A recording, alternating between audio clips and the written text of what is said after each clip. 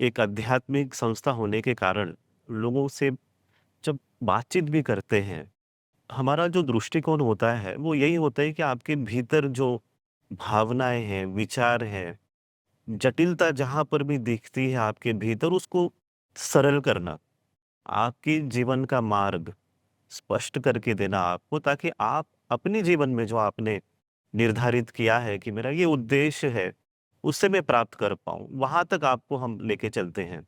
मैत्री बोध परिवार जब काम कर रहा है ना, वो देश को आर्थिक स्तर पे बढ़ने के लिए, सहायता करने के लिए काम भी कर रहा है।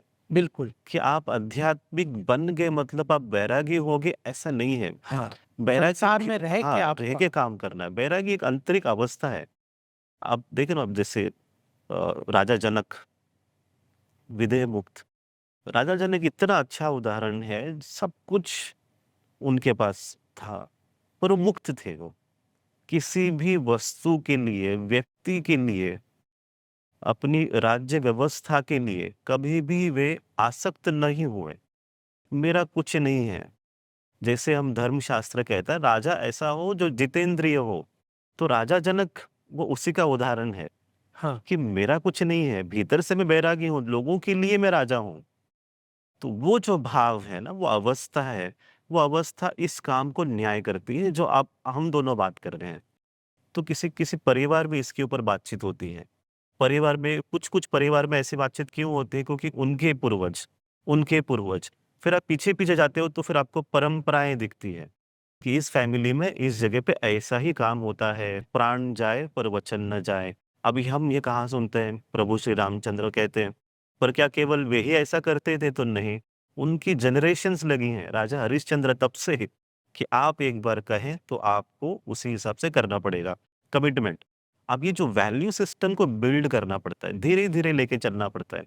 महाराष्ट्र में छत्रपति शिवाजी महाराज बहुत बड़ा उदाहरण है। हाँ, हाँ। तो उन्होंने जब नाव बनाने का काम लिया, नाव, नाव बनाने के लिए भी लकड़ी चाहिए। अब लकड़ी कहाँ से आएगी?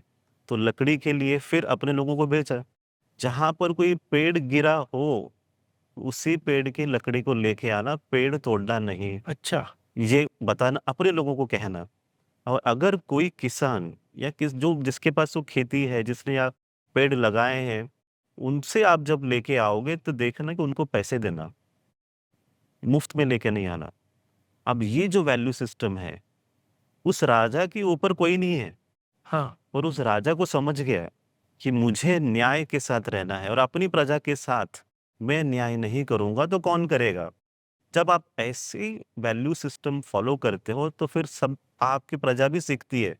अच्छा, हमारे राजा ने ऐसे-ऐसे काम किया है। फिर उनकी पाठशाला में आता है, शिक्षण व्यवस्था में आता है, रोज़ के जो काम चलता है दिनचर्या, उसमें भी ये विषय आता है कि हमारे छत्रपति महाराज ने क्या किया, ये ऐसा-ऐसा काम किया है। किसी से मुफ्त नहीं लेना है।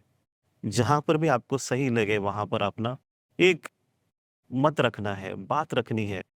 इसी से आप वैल्यू सिस्टम को आप तैयार कर सकते हो कि भारतीय अस्मिता, भारतीय पहचान, भारतीयत्व क्या है?